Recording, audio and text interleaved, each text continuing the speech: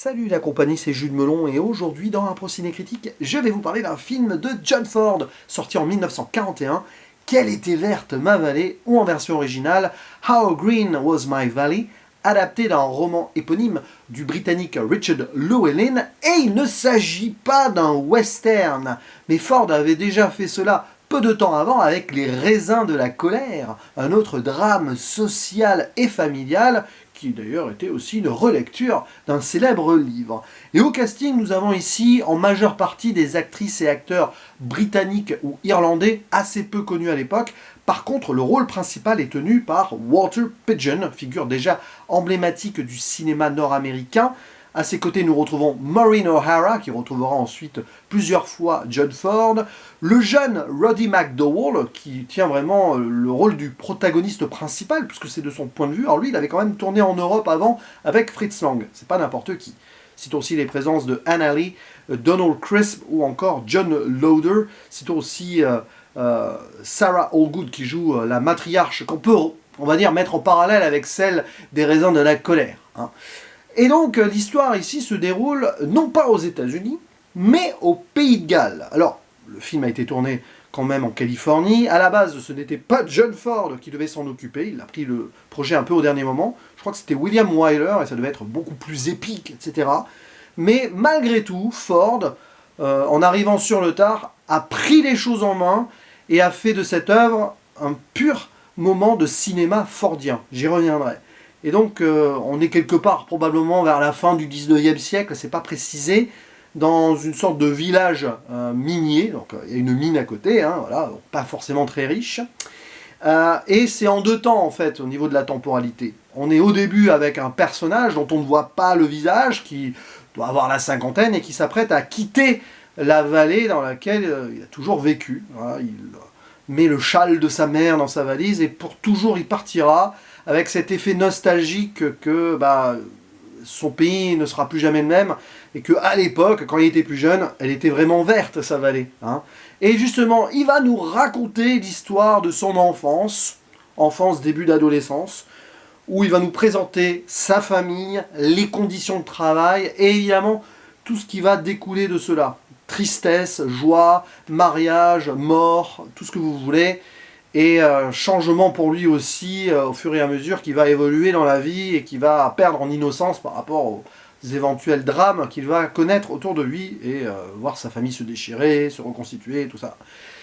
Donc évidemment c'est assez traditionnel comme trame, mais le cinéma de John Ford est là et c'est clairement un film dans la continuité des Raisins de la colère et je dirais même plus que c'est vraiment un résumé de ce que pourra ensuite, ce qui a été avant, mais ce que pourra être ensuite la carrière de John Ford, qu'on a considéré, à tort ou à raison, peu importe, c'est beaucoup plus subtil que cela, mais comme un réalisateur très conservateur, très américain, mais qui a aussi su mettre de l'eau dans son vin, notamment vers la fin de sa carrière, pour la question des Indiens d'Amérique, par exemple. Mais qui avant, donc, dans ces années 40 et tout, a réussi aussi à faire des œuvres qu'on pourrait qualifier, du point de vue américain, très à gauche. Et ici, on est un peu entre les deux, parce que le titre est assez évident, et la façon dont c'est présenté dans la narration, il y a ce petit côté nostalgique, c'était mieux avant, tout ça, tradition familiale, donc il y a cette idée de conservation des choses, mais il y a aussi des remous, l'évolution de la société qui fait que certains personnages ne sont pas d'accord avec cela. Il y a des tentatives de grève, de syndicats, d'ailleurs le mot socialisme est lancé avec le père qui est contre et qui est en conflit avec ses fils. Et on voit donc ici des choses qui ont déjà été évidemment triturées dans les Raisins de la colère, et qui montrent que Ford s'intéressait aux humains et à ce qu'ils subissaient autour, notamment à cause de cette machine qui commençait à devenir capitaliste, industrielle. Par exemple ici, donc, dans cette mine, le fait qu'on ne paye plus trop bien les travailleurs, compétition, tout cela, qu'il y en a qui perdent leur travail, donc il faut se rebeller avant qu'il ne soit trop tard. C'est intéressant ça, parce que le film est extraordinaire. Moi, franchement, j'ai pris un grand plaisir à le voir, ne serait-ce que sur l'histoire, les émotions, les personnages, l'évolution. Bon, ça, c'est assez traditionnel, rien de nouveau sous le soleil, et pour cause, c'est un film quand même qui a peut-être été aussi repris de certaines manières après, mais qui a été déjà un peu fait autrement avant. Mais Ce qui est intéressant, c'est que sur le plan cinématographique, sur la narration visuelle, le montage, tout cela, John Ford, il a tout compris. Et imaginez cette œuvre en mode 3 heures, un peu plus épique et tout. Ouais, ça aurait été peut-être bien, parce que William Wyler, c'était un grand réalisateur. D'ailleurs, il faudra quand même que j'en parle un jour sur la chaîne de ce monsieur. Mais là, Ford, il a réussi aussi à retranscrire une forme d'intimité. Alors, c'est assez lyrique, hein, par moments, bien sûr. Mais on voit, à travers les regards, à travers les non-dits, à travers la position des caméras, quand les personnages se retrouvent dans le silence seuls, après des moments de dispute, ou voilà, ou qu'on constate certaines choses, il y a tout un art de mise en scène qui raconte, au-delà donc des moments de dialogue, etc. C'est pas explicatif, même s'il y a des moments, évidemment, on comprend avec les conflits ce qui se passe par rapport à ce que les personnages se disent, mais il y a toute une lecture ici de mise en scène, et c'est ça le cinéma, vraiment, qui va au-delà de toute itérance de scénario. Bon, scénario en soi, voilà, il se passe des choses, et les personnages évoluent ou pas, s'en vont ou reviennent, etc. Et évidemment, toute cette galerie de protagonistes, bon, on va s'attacher plus ou moins à certains. Cette famille donc principale, là, c'est les Evans, je crois, non, les Morgan, pardon, qui a 5-6 fils et une fille, donc c'est intéressant aussi. Voir, bon, évidemment, les événements surtout centrés autour du plus petit, dont il est question ici de réminiscence, de souvenirs par rapport à sa version âgée. Mais on va s'intéresser aussi à la fille principale, qui forcément est, comme toutes les filles de village de cette époque, promise à tenir une maison, à se marier. Comme d'ailleurs, il y a une fille qui vient d'ailleurs pour épouser l'un des fils, vous voyez.